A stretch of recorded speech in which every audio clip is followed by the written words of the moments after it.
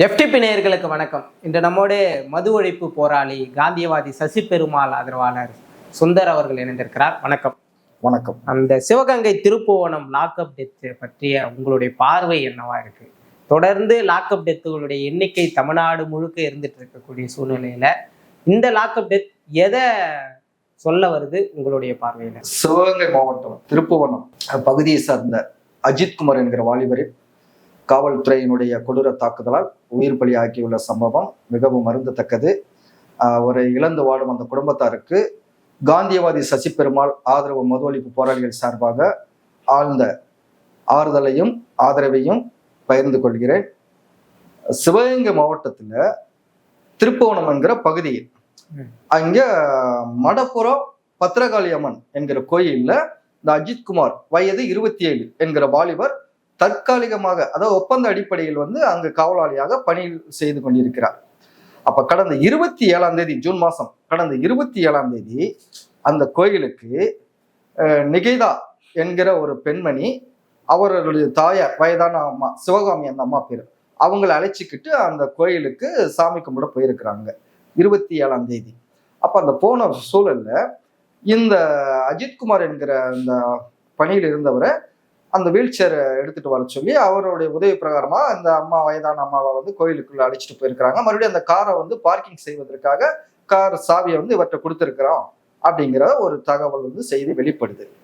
அப்புறம் அதன் பிறகு அவங்க ஒரு புகார் கொடுக்கப்பட்டதில் அந்த கார்ல இருந்த என்னுடைய ஒரு 9.5 சவரன் 10 சவரன் சொல்றாங்க, அந்த நகைகள் காணாம போயிருச்சு, இவர் மேலதான் எனக்கு சந்தேகமா இருக்குது அப்படின்னு கொடுக்கப்பட்ட புகார்ல காவல்துறையுடைய காவலர்கள் மேற்கொண்ட விசாரணையில இவருடைய நடந்த சம்பவம் உயிரிழப்பாயிருக்குது அப்படிங்கிற தகவல்களையும் செய்திகளையும் நம்ம இங்க நம்ம பார்த்துக்கிட்டு இருக்கிறோம்.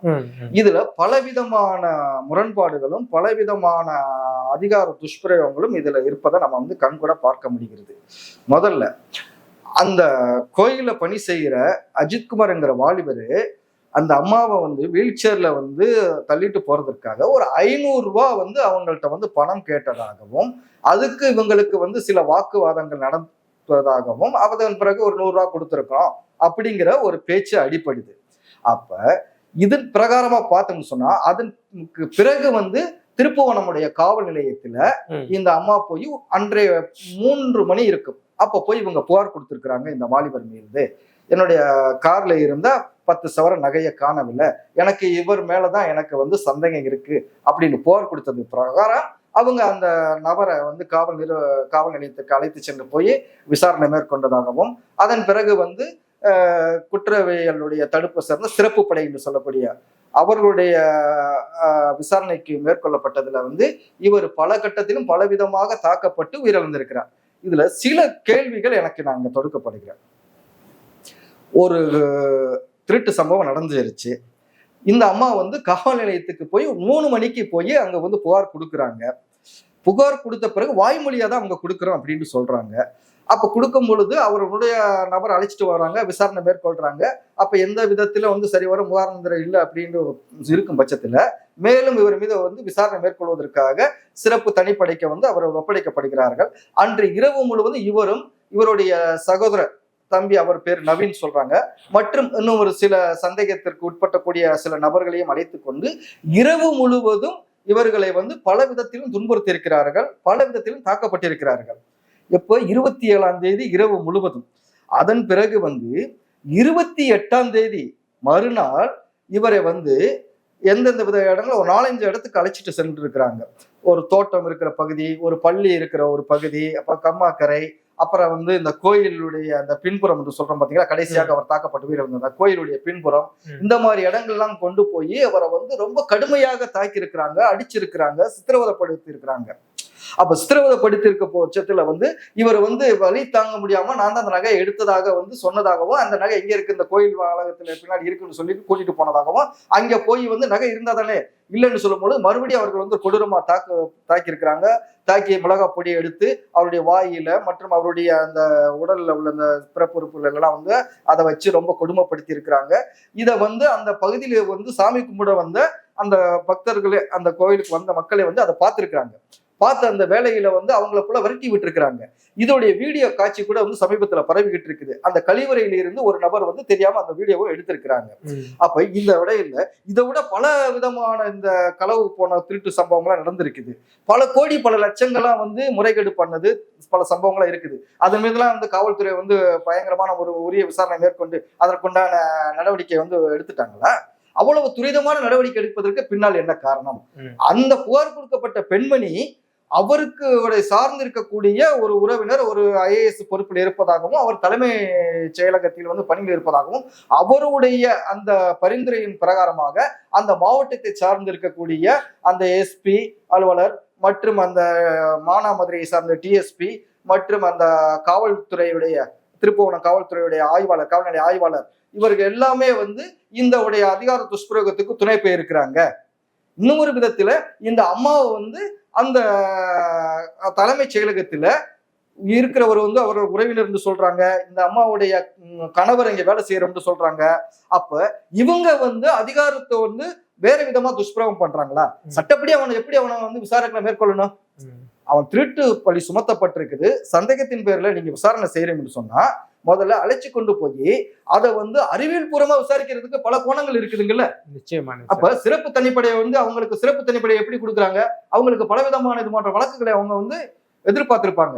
இவரை வந்து எதுக்கு வந்து வெளிப்புறங்கள்ல போய் வெளியிடங்களை கொண்டு போய் அவர் மீது கடுமையான தாக்குதலை தொடுத்திருக்கிறாங்க, அடிச்சு துன்புறுத்தி இருக்கிறாங்க. காவல் நிலையத்துல கொண்டு போய் இவர் மீது ஏதாவது வந்து FIR வந்து அங்கே பதிவு செய்யப்பட்டிருக்கா? கிடையாது. அப்ப இது ஒரு சர்வாதிகார போக்கு தானே. ஒரு காவல் நிலையத்துல இவரை கொண்டு போய் முறையா வந்து இவர் மீது வந்து ஏதாவது வந்து குற்றம் சுமத்தப்பட்டதுக்கான ஆதாரமோ இல்ல அது நிரூபிக்கப்பட்டவன ஆதாரமோ ஏதாவது சாட்சிகள் கிடைக்கப்பட்டதை வந்து வச்சிருக்கோம் அப்படிங்கிற சொல்றதுக்கு ஏதாவது ஆதாரம் இருக்கா? கிடையாது. சரி, இவரை மீது நீங்க கொண்டு போய் அரெஸ்ட் பண்ணிருக்கிறீங்களே, அதுல இருந்து 20 புள்ள இருக்கிறாங்க. அப்ப காவல் நிலையத்துல வந்து அவர் மீது ஏதாவது ஒரு அங்க FIR பதிவு பண்ணிருக்கோம்ல, அதுவும் கிடையாது அப்படின்னு சொல்றாங்க. அப்ப இது வந்து நிறைய பேர் வழக்கறிஞர் வல்லுநர்கள் சொல்றாங்க, இது லாக்அப் டெத் கிடையாது, இது ஒரு கஸ்டடி மரணம். இது காவலர்களுடைய கஸ்டடியில் இருக்கப்பட்டு அவர்களுடைய துன்புறுத்தலும் அடித்து துன்புறுத்தப்பட்டதன் மூலம் கிடைக்கப்பட்ட ஒரு படுகொலையான ஒரு மரணம் என்று தான் சொல்ல வராங்க. அப்ப இந்த இடத்துல யார் யார் சம்பந்தப்பட்டிருக்கிறாங்க? உயர் அதிகாரிகளுடைய அந்த அழுத்தத்தினாலதான் இந்த சிறப்பு படையில் பணிபுரிந்தவர்கள் இந்த மாதிரி கடுமையான ஒரு சூழலுக்கு அவங்களை தாக்கி அடித்து துன்புறுத்தி படுகொலைக்கு ஆளாக்கி இருக்கிறாங்க அப்படின்னு சொல்றாங்க. ஏன் அறிவியல் பூர்வமா வந்து இந்த உடைய நடவடிக்கை மேற்கொண்டிருக்கலாம்ல, இந்த விசாரணை மேற்கொண்டிருக்கலாம்ல. இந்த அம்மா முதல்ல வந்து 10 சவரன் நகையை வந்து கார்ல தான் வச்சிருக்க அப்படின்னு சொல்றாங்க. அவங்க ஸ்கேன் எடுக்க போன இடத்துல அவங்க அம்மாவை ஸ்கேன் எடுக்க போனதாகவும் அந்த இடத்துல போயிருக்கும் பொழுது வந்து நகையெல்லாம் வந்து ஸ்கேன் எடுக்கும் பொழுது இருக்கக்கூடாது, அதனால கலெக்டர் இருக்கோம். அதுக்கு பிறகு வந்து அவங்க அம்மா என்ன சொல்லிட்டாங்க, நான் கோயிலுக்கு போகணும், மடப்புற காளியம்மன் கோயிலை போய் பார்க்கணும் அப்படின்னு சொன்னதாகவும் உடனே அவங்க அங்கிருந்து பெறப்பட்டு கோயிலுக்கு வந்துட்டோம் அப்படின்னு சொல்றாங்க. அப்ப வரும்பொழுது நகைகளை உள்ள வச்சிருக்கோம் அப்படின்னு சொல்லும் பட்சத்துல இப்ப ஸ்கேன் சென்டர்ல வந்து இது நகைகளை கலட்டும் பொழுதோ அதுக்குண்டான ஏதாவது ஒரு CCTV கேமரா ஆதாரம் இருக்குமா இருக்காதா? இருக்கும்ல. நிச்சயமா. ஆமா. அப்ப இது அறிவியல் பூர்வமா வந்து முதல்ல வந்து இவங்க மேல வந்து இவங்க கொடுத்திருக்கிற புகார்ல வந்து ஒரு உண்மைத்தன்மை இருக்குதா அப்படின்னு ஆராய்ந்து பார்த்திருக்கிறதுக்கு ஒரு வாய்ப்புகளை எடுத்திருக்கலாம்ல. அந்த ஸ்கேன் சென்டர்ல போய் இவங்க நகைகளை வந்து கலட்டி இருக்கிறாங்களா, எடுத்திருக்கிறாங்களா அப்படின்னு CCTV கேமராவில் ஏதாவது இருக்குதுங்களா அப்படின்னு பாருங்க. அதுக்கு பிறகு வந்து இந்த கோயில் வாழகத்துக்குள்ள எப்படி வந்து CCTV கேமரா இருக்கும்ல, அந்த CCTV கேமரா இவருடைய அந்த நடவடிக்கைகள் என்ன, இவர் எந்தெந்த இடத்துல எப்படி போறாங்க, இந்த கார் எங்க போய் நிக்குது, வேற யார், ஏன்னா இவருக்கு வந்து டிரைவிங் தெரியாதுன்னு சொல்றாங்க. இவருக்கு டிரைவிங் தெரியாது, வேற ஒரு நபரை கொண்டுதான் அந்த காரை வந்து அந்த பார்க் பண்ணும் அப்படின்னு அவங்க சொல்றாங்க. அப்படி இருக்கும் பட்சத்துல அது சரியான ஒரு கோணத்துல அவங்க விசாரணை மேற்கொண்டிருக்கலாம்ல. அதுவும் மீறி அந்த காருக்குள்ளதான் வந்து அந்த பொருள் நகை இருக்குன்ற பட்சத்துல இந்த அறிவியல் பூர்வமாக தடவியல் துறையை சார்ந்தவர்கள் கைரேகை மூலம் வந்து அந்த இதுல வந்து செக் பண்ணாங்களா? அப்படி ஏதாவது அவங்க நடவடிக்கை எடுத்திருக்காங்களா? எதுவுமே கிடையாது. இன்னைக்கு இருக்கிற காலகட்டத்துல எவ்வளவு தொழில்நுட்பங்கள் இருக்கும் பொழுது இது என்ன ஒரு காட்டுப்பிராண்டித்தனமான ஒரு விசாரணை மேற்கொண்டு இங்க ஒரு மிகப்பெரிய ஒரு கொடூரமான விதத்துல அவர் கொடூரமா கொலை செய்யப்பட்டிருக்கிறாரு. இது ஜனநாயக நாட்டுக்கு ஏற்படுதுங்களா? ஏற்படுவது கிடையாது. இது மாதிரி இருக்கக்கூடிய எல்லா விதமான விசாரணைகளும் எல்லா மக்களுக்கும் சரிவரும் இந்த மாதிரி துரிதமா நடக்குதுன்னு சொல்ல முடியுமா? நாட்டுல எவ்வளவோ வந்து பல விதமான குற்றங்கள் பலவித திருட்டு சம்பவங்கள் இன்னும் நடந்திருக்குது. அதுக்கான விதத்துல எல்லாம் இவ்வளவு உரிய விதத்துல வந்து இவங்க வந்து நடவடிக்கை எடுத்திருக்காங்களா? இவங்க ஒரு 10 சவரன் நகைன்னு சொல்றாங்க, 100கணக்கான 200 சவரன் 100 சவரன் இதுக்கு மேல உள்ளலாம் வந்து நகையெல்லாம் காணாமல் போயிருக்குது அப்படின்னு சொல்லிருக்காங்க. இவ்வளவு துரிதமா நடவடிக்கை எடுத்திருக்காங்களா? அப்ப இதுக்கு என்ன அப்படின்னு சொன்னா, நாங்கள் மேல அதிகாரத்துல இருக்கிறவர்கள் இவர்களுக்கு இவர் மீது அழுத்தம் கொடுத்திருக்கிறாங்க. நீங்க இந்த அழுத்தத்தை எல்லாம் சொல்றீங்க, குறிப்பா காவல்துறையின் துன்புறுத்தல் இந்த அளவுக்கு இருக்குமா அப்படின்னு ஒரு பார்வை இருக்குல்ல, இதை எப்படி நீங்க பாக்குறீங்க? இல்ல, காவல்துறையினர் உடைய அணுகுமுறை எப்பவுமே பொதுமக்களிடம் அவருடைய பேச்சா இருக்கட்டும், அவருடைய செயல்பாடுகளா இருக்கட்டும், அவருடைய அணுகுமுறையா இருக்கட்டும், எப்பவுமே ஒரு மோசமான ஒரு பிஹேவியர் தான் நம்ம பார்க்க முடியும். அவங்களுடைய வெளிப்பாடுகளே அவர்களை பார்க்கும் பொழுது ஒரு எப்படின்னு சொன்னா, ஒரு குற்றவாளியோட கண்ணோட்டத்துல பாக்குறது, தான் ஒரு காவலர், நம்மளை ஒண்ணும் அவங்க செய்ய முடியாது அப்படிங்கிற விதத்துல அவங்களை எதிர்த்தரப்பினர்களை ரொம்ப ஒரு அதிகார துஷ்பிரயோகத்தோட நடந்து கொள்றது, அவங்களோட நடவடிக்கையெல்லாம் நீங்க காவல் நிலையத்துல போய் பார்த்தாவே தெரியும் அவர்கள் எப்படி எல்லாம் நடந்து கொள்வாங்க அப்படின்னு சொல்லிக்கிட்டு. இதுக்கு முன்னால் 5 ஆண்டுகளுக்கு முன்னால் கூட சாத்தான்குளத்துல அந்த ஜெயராஜ் பெனிக்ஸ் அவர்கள் காவல் நிலையத்துல அடித்து துன்புறுத்தப்பட்டு சித்திரவதைக்குள்ளாகி படுகொலை செய்யப்பட்டு அந்த சம்பவம் இன்று வரை அது நீதி கிடைக்காம தான் நடந்து கொண்டிருக்கிறது. விசாரணை நம்ம கண்பட பார்க்கலாம். அந்த சம்பவத்துல கூட அந்த கொரோனா காலகட்டத்துல அந்த ஜெயராஜ் பெனிக்ஸ் காவல் நிலையத்துல அடிச்சு துன்புறுத்தப்பட்டு அவ்வளவு மோசமான ஒரு சூழ்நிலைகளை அந்த குற்றங்களை இவங்க எப்படி மறைக்க பாக்குறாங்க அப்படிங்கறத இங்க எதிர்பார்க்கறது. அவங்க ஒரு மிகப்பெரிய ஒரு குற்றவாளிகளோ இல்ல எந்த வித தவறு செஞ்சவங்களோ ஒன்றும் கிடையாது. அவர்கள் கடையை மூட சொல்லப்பட்டதாகவும் அவர்கள் நேரம் கடத்தியதாகவும் அதுக்காக அவர்களை அங்க ஸ்டேஷனுக்கு கொண்டு போய் கொடூரமாக தாக்கப்பட்டதா இதோடைய சம்பவம். இது பின்னால் இன்னும் வேறு சில தகவல்லாம் இருக்கிறது. சரி, இவ்வளவு தாக்கப்பட்டு காவலருடைய அந்த தாக்கப்பட்டதுல உடல் ரீதியா பலவீனங்கள் ஆயிருச்சு. ஏன்னா லத்தியெல்லாம் கொண்டு போய் அவருடைய ஆசன வாயில நினைச்சு ரொம்ப கொடுமைப்படுத்தி இருக்கிறாங்க. அவங்கள மறுபடி சிறைச்சாலைக்குள்ள அவங்கள ரிமாண்ட் பண்ணி உள்ள தள்ள போகும்பொழுது அங்க மருத்துவ சான்றிதழ் வாங்க போறாங்க பாத்தீங்களா, இந்த உடல் கண்டிஷனை பார்த்து அவங்களுக்கு ஃபிட்னஸ் சர்டிபிகேட் கொடுத்துருக்காங்க பாத்தீங்களா. அப்ப அந்த மருத்துவரை என்ன நம்ம சொல்றது?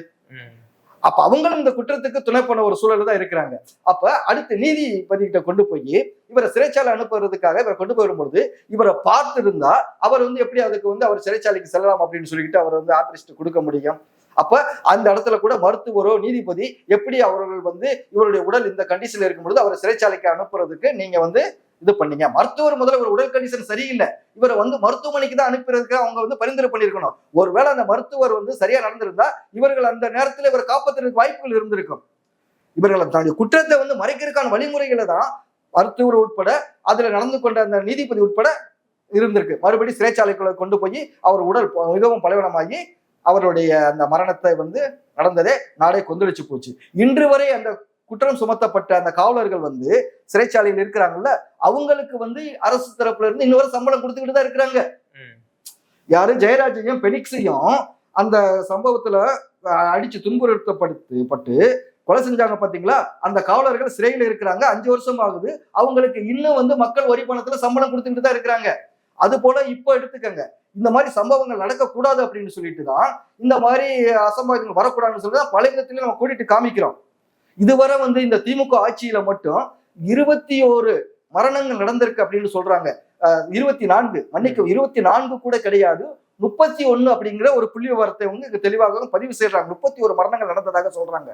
அப்ப திமுக ஆட்சி பல விதத்திலும் இந்த காவல்துறை இந்த மக்கள் மீது, அப்பாவி மக்கள் மீது அவர்கள் இந்த விதத்தில் எடுக்கக்கூடிய ஒரு அடாவடித்தனத்தை ஏன் கண்டுகொள்ளாம இருக்கிறது? இந்த மக்களை இன்னைக்கு ஒரு தொழில்நுட்பம் நிறைந்த ஒரு வளர்ந்து போகக்கூடிய ஒரு வல்லரசு நோக்கி போகக்கூடிய ஒரு சூழலுங்க.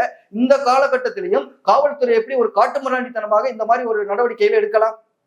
எனக்கு இங்க நான் தொடுக்கக்கூடிய கேள்விகள் என்னன்னு சொன்னா, ஒரு சாமானியன் இந்த மாதிரி ஏதாவது போய் ஒரு புகார் கொடுத்தால் இது மாதிரி ஒரு நடவடிக்கை அவர்கள் எடுப்பார்களா? அப்ப எப்படி இங்க அவர்களுடைய அதிகாரத்துக்கு ஒரு வகையான சட்டமும் சாமானியர்களுக்கு ஒரு சட்டமா இங்க இருக்கிறது? இங்க அஜித்குமாருடைய தகவலுக்கே வருவோம். அஜித்குமார் கைது செய்யப்பட்ட பிறகு காவல் நிலையத்தில் வச்சு அவரை விசாரணை மேற்கொள்ளாமல் எதுக்கு அவர்கள் பொது இடத்துல, அதாவது மறைவான இடங்களை கொண்டு போய் அவர்கள் தாக்கியிருக்கிறாங்க? காரணம் அங்கெல்லாம் ஏதாவது இந்த சிசி கேமராவோ எதுவுமே இல்லாம இருக்கும் அப்படிங்கிற விதத்தில் அவர்கள் இஷ்டத்துக்கு பண்ணியிருக்கிறார்கள். காவல்துறையில் வந்தவர்கள் சும்மா ஒரு லோக்கல் ரவுடி மாதிரி தான் இருந்ததாக சொல்றாங்க. அந்த பகுதியை சார்ந்த மக்களே ரொம்ப கொதித்து எழுந்து போய் அவங்கள்ட்ட போய் வாண்டடா அந்த ஊடகத்துல போய் அவங்க கருத்தை பதிவு பண்ணியிருக்கிறாங்க. இந்த மாதிரி எல்லாம் துன்புறுத்தப்பட்டாங்க. லுங்கிலையும் அன்யூனிஃபார்ம்லையும் தான் அவங்க வந்தாங்க.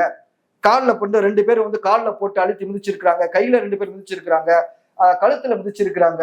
இப்படியாக மருத்துவத்துடைய அந்த சான்றிதழ் பிரகாரமா கிடைக்கப்பட்ட அந்த அறிக்கையில 44 இடங்கள்ல இவர் உடல் மீது காயங்கள் இருக்குது என்று அங்க நீதிபதி விசாரணையில சொல்றாங்க, கோடிட்டு சொல்றாங்க. அப்ப இது எவ்வளவு பெரிய கொடூரமான ஒரு தாக்குதல்!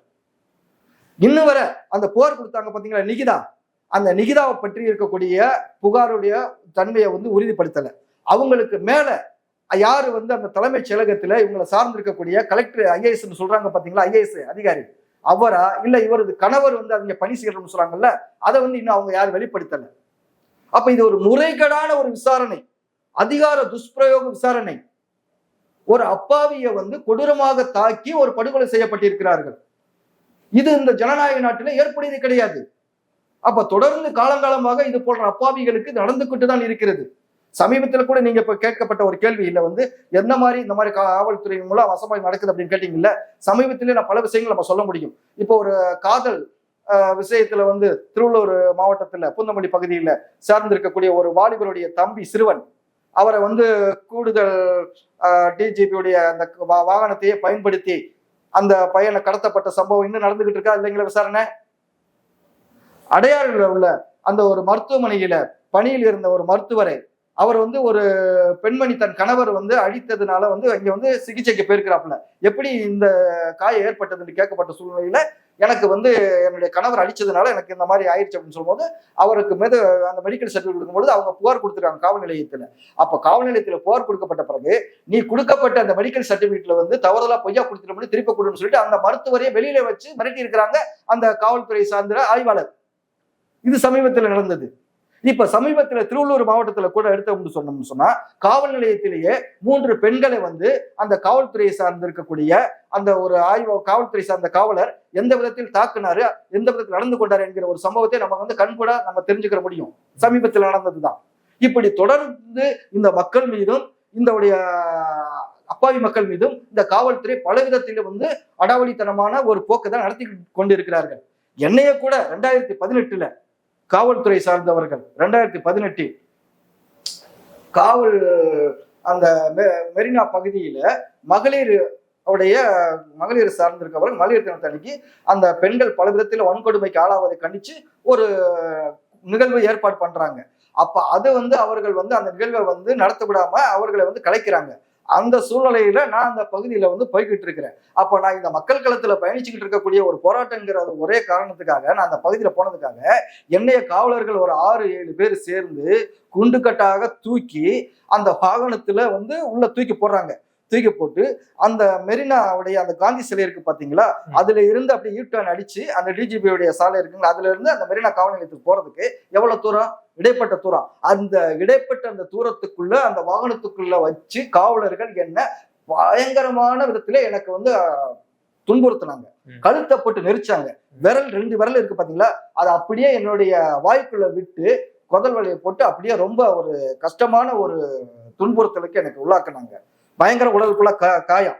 நான் காவல் நிலையத்துல கொண்டு போய் என்னை துன்புறுத்து, எதுக்காக நீங்க அழைச்சிட்டு வந்தீங்க, எதுக்காக நீங்க வந்து கூட்டிட்டு வந்தீங்க அப்படின்னு கேட்கும் சூழல்ல முறையற்ற முறையில என்னோட அடாவடித்தனமா மரியாதை இல்லாம நடந்துக்கிறது, வாடா போடான்னு உரிமையில பேசுறது, அது மட்டும் இல்லாம என்னை அடிச்சு துன்புறுத்தப்படுறது, காயம் ஏற்படுத்தப்பட்டது, இப்படிமா எந்தெந்த சித்திரவதை செய்ய முடியும் அதெல்லாம் சித்திரவதை செஞ்ச பிறகு என்னை எதுக்காக நீங்க வந்து எந்த முகாந்திரத்துல என்னை வந்து இங்க அழைச்சிட்டு வந்தீங்க அப்படின்னு கேட்கும் பொழுது, முகாந்திரமா கேட்கிற இந்த உன்னைய வந்து அந்த பெண்ணு வந்து உன்னைய வந்து புகார் கொடுத்துருக்குது அப்படின்னு சொல்லிக்கிட்டு ஒரு பொய் புகாரை வந்து பணிகிறதுக்கான விதத்துல என்கிட்ட பேசுறாங்க, ஒரு மிரட்டலை தொடுக்குறாங்க. அந்த பொண்ணு வந்து நீ வந்து அதை வந்து இது பண்ணிருக்கேன்னு சொல்லிட்டு எங்க மேல கம்ப்ளைண்ட் பண்ணிருக்குது, இதுல நான் அழைச்சிட்டு வரேன் அப்படின்னு சொல்லிட்டு ஒரு நக்கலான ஒரு பதில் வேற. குறிப்பா இந்த சூழ்நிலையில வந்து நான் காவல் நிலையத்திலேயே உட்கார்ந்து நான் வந்து என்னை நீங்க ரொம்ப அப்பட்டமான விதத்துல என்னை பொய் புகார் போட்டு நீங்க இது பண்ணீங்கன்னு சொல்லிட்டு உண்ணாநிலைய வந்து காவல் நிலையத்துல உட்கார்ந்து அவங்க மீது அதுக்கு பிரகாரமாக பத்திரிகையாளர்கள்லாம் அவங்க காவல் நிலையத்துக்கு போன் போட்டு இந்த மாதிரி ஒரு மது ஒழிப்பு போராட்டக்காரர் வந்து நீங்க உள்ள அடிச்சு துன்புறுத்துறீங்க, என்ன எதுக்காக கைது பண்ணி கேட்கும் பொழுது வெளியில வந்து செய்தி நியூஸ் பரவுதே, எல்லா மற்ற தோழமைகள்லாம் வந்து அந்த இடத்துல கூட்டிட்டாங்க அப்படிங்கிற பிரகாரமாக என்னை காவல் நிலையத்தில இருந்து அவங்க வந்து எந்த விதத்திலேயே வந்து பதிவு இல்லாம வெளியில விட்டாங்க. அதுக்கு பிறகு நம்ம மருத்துவமனைக்கு சென்று நான் சிகிச்சை எடுத்துக்கொண்ட பிறகு அந்த விசாரணையை மேலுடைய மனித உரிமை ஆணையமா இருக்கட்டும், மற்றபடி முதலமைச்சர் பிரிவா இருக்கட்டும், அனைத்து பிரிவுகளுக்கும் நான் அதுக்கு உண்டான புகாரை அனுப்பி அந்த விசாரணை நடந்து கொண்டிருக்கேன். நிச்சயமா இதனொட்டியே நான் ஒரு கேள்வி கேட்கலாம்னு நினைக்கிறேன். என்னன்னா இந்த காவல்துறை அத்துமீறல் இருந்து இந்த ஆட்சியில மட்டும் இல்லை, தொடர்ந்து எந்த ஆட்சி வந்தாலும் அது தொடர்ந்து இருந்துகிட்டு இருக்கக்கூடிய எந்த சூழ்நிலை தான் இருக்கு. இப்படி இருக்கும்போது இதனால பாதிக்கப்படக்கூடியவர்களின் மனநிலை என்னவா இருக்குது? பாதிப்படையோட மனநிலைய இப்ப சமீபத்துல இந்த சம்பவத்தை வச்சு நம்ம பேசுவோம். இந்த 6 பேர் கைது செய்யப்பட்டிருக்கிறாங்களா, அதுல 5 பேர் உள்ள இருக்கிறாங்க பாத்தீங்களா, அந்த தனிப்படையை சார்ந்தவர்கள். ஆமா. அவர்களை சார்ந்து இருக்கக்கூடிய குடும்பத்தினர் வந்து தர்ணா போராட்டம் செய்ததாக நீங்க நேற்று செய்தி ஊடகங்களை பார்த்திருக்கலாம். அப்ப அந்த குடும்பத்தை சார்ந்த தர்ணா குடும்பம் என்ன சொல்ல சொன்னா, எங்களுக்கு எங்களுடைய வீட்டுக்காரர்கள்லாம் வந்து இன்னைக்கு வந்து உள்ள இருக்கிறாங்க, எங்களுடைய குடும்பம் என்ன ஆகுறது, எங்க பிள்ளைகள்லாம் பாருங்க என்ன ஆகுறது, எங்களுக்கு மேல் அதிகாரி எங்க வீடு அவங்கள என்ன சொல்றாங்க, அவங்களுக்கு உயர் பொறுப்புல இருக்கக்கூடிய அதிகாரிகள் அவர்கள் சொல்ற வேலையை தான் இவங்க செய்ய முடியும், அவங்க என்ன சொல்றாங்களோ அதெல்லாம் இவங்க செய்ய முடியும் அப்படிங்கிற விதத்துல அவங்க சொல்லும் பட்சத்துல எங்களுக்கு என்ன நிலைமையா, என் குடும்பத்துடைய நிலைமை என்ன, எங்களுடைய பிள்ளைக்குட்டிகள் என்ன நிலைமை இல்லை அப்படின்னு இது பண்றாங்கல்ல.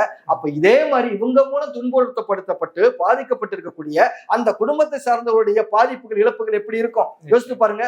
உங்களுடைய வீட்டுக்காரர் உள்ள போயிட்டாரு, உங்களுடைய பிள்ளைகளுடைய உங்களுடைய வாழ்வாதார நிலை என்ன அப்படின்னு தொடுக்கிறீங்களே, இவர்களுடைய அந்த பொய் புகாரினாலையும் இவருடைய கொடூர சித்திரவதையினாலையும் எந்த விதத்திலும் முகாந்திரம் இல்லாம படுகொலைக்கு உள்ளாக்கப்பட்ட அந்த குடும்பத்தை சார்ந்த நிலை எப்படி இருக்கும். இப்ப இந்த அஜித்குமார் கூட எடுத்துக்கங்க, அஜித்குமாருடைய தந்தை சிறு வயதிலே இறந்து போயிட்டாங்க. அப்ப அந்த தாயார் தான் இந்த பிள்ளைகளை கஷ்டப்பட்டு வளர்த்து ஆளாக்கி இருக்காங்க. இப்ப 27 வயசுல தன்னுடைய பிள்ளையை பறி கொடுத்திருக்கக்கூடிய அந்த தாயாருடைய மனநிலை எப்படி இருக்கும், அந்த சகோதரனுடைய அந்த குடும்பத்தினுடைய மனநிலை எப்படி இருக்கும். இது போல எவ்வளவு குடும்பங்கள் வந்து இந்த மாதிரி ஒரு அச்சுறுத்தலுக்கும் இந்த மாதிரி பாதிப்புகளுக்கு உள்ளா இருப்பார்கள். அவர்கள் இன்று வரை எடுத்த பொழுது ஜெயராஜ் பெனிக்ஸ் குடும்பத்தை எடுத்துக்காங்க, இன்னும் வரை வந்து அதனுடைய இழப்பை வந்து அவங்க வந்து கொடூரமான ஒரு இழப்பு, தாங்க முடியாத துயரத்துல தான் இருக்கிறாங்க. அந்த இழப்புகளை இவங்களால வந்து ஈடு செய்ய முடியுமா? ஏதாவது வந்து ஒரு குற்றத்தை வந்து சரியான கோணத்துல தான் நீங்க வந்து விசாரித்து அந்த சரியான குற்றவாளி யார் என்கிற முறையில தான் நீங்க வந்து வெளிப்படுத்தணும். இப்ப நீங்க வந்து இவரை வந்து அஜித்குமார் வந்து அவரை வந்து திருடாரா இல்ல திருடவில்லையா என்று ஒண்ணுமே தெரியவில்லை. அவரை வந்து அடிச்சு துன்புறுத்தப்பட்டதுல இறந்து போயிட்டாரு. இப்ப அந்த காணாமல் போன நகை எங்க இருக்குது, அப்ப இந்த நகையை யார் எடுத்தது அப்படின்னு சொல்லிட்டு நீங்க எப்படி வெளிப்படுத்த முடியும்? ரெண்டாவது, இந்த புகார் கொடுத்திருக்காங்க பாத்தீங்களா, அந்த புகார் கொடுத்ததுல வந்து என்ன உண்மைத்தன்மை இருக்குது அப்படிங்கிற நீங்க ஏதாவது வெளிப்படுத்தி இருக்கிறீங்களா? இல்ல இது சம்பந்தப்பட்டு இருக்கக்கூடிய மேல் அதிகாரிகள் இருக்கிறாங்கல்ல, அவர்கள் வந்து எந்தெந்த விதத்துல வந்து இவர்களுக்கு அழுத்தம் கொடுத்தார்கள் அப்படிங்கிறத வெளிப்படுத்தி இருக்கிறீங்களா? இப்ப கீழ்மட்டத்தில் இருக்கிறவர்கள் மேல உள்ள அதிகாரிகள் சொன்னதுதான் நாங்க செஞ்சோம் அப்படின்னு சொல்லிக்கிட்டு இப்ப பலிகாடு ஆக்கப்பட்டது இந்த காவலர்களை தான். அப்ப இதுக்கு மேல இருக்கிறவர்கள் யார் என்று தெரியாமல் தானே போய் கொண்டிருக்கிறது.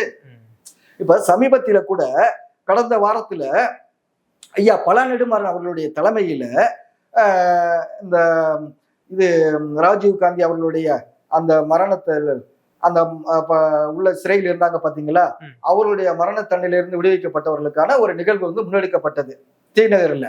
அப்ப அதுல மேனாள் நீதிபதி சந்துரு ஐயா அவர்கள் தெளிவா ஒரு கருத்தை பதிவு சொன்னாப்புல, கடந்த சில ஆண்டுகளுக்கு முன்னால் ஹைதராபாத்தில் வந்து ஒரு கால்நடை மருத்துவரை வந்து ஒரு 4 நபர்கள் வந்து பாலிய துன்புறுத்தப்பட்டதாகவும் அது மிகப்பெரிய கொந்தளிப்பை ஏற்படுத்தப்பட்டு அவர்கள் உடனே என்கவுண்டர் செய்து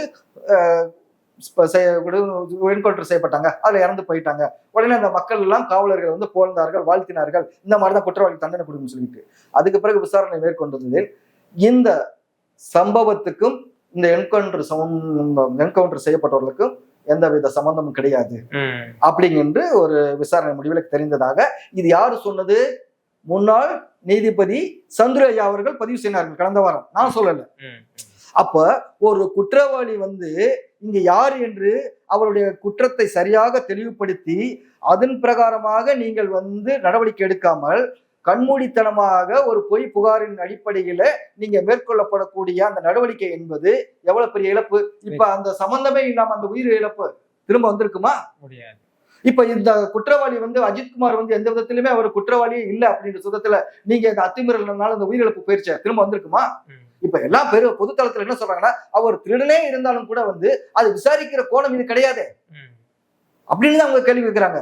அவர் திருடனே இருந்தாலும் 10 சவரனை தான் திருடி இருக்கிறாங்க அப்படின்னு சொன்னாலும் அதை நீங்க விசாரித்த முறையில் சரியா அப்படின்னு அவர்கள் கேட்கிறார்கள். நிச்சயமா இந்த காவல்துறையின் நடவடிக்கைகளை பற்றியும் அவர்கள் செய்யக்கூடிய இந்த துன்புறுத்தலை பற்றியும் மிக தெளிவா சொன்னீங்க. நம்ம மேலும் ஒரு காணொலியில சந்திக்கலாம். நன்றி.